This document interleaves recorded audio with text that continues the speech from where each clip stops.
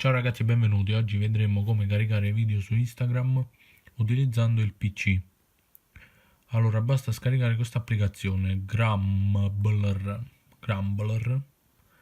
la scaricate, poi quando lo andate ad aprire fate il vostro login, entrate e seleziona il tuo media da caricare, lo selezionate, adesso sto facendo con un video a caso, poi lo dovete ritagliare perché se no non vi manda avanti. Se non lo ritagliate questo pollicione non diventa verde, lo ritagliate,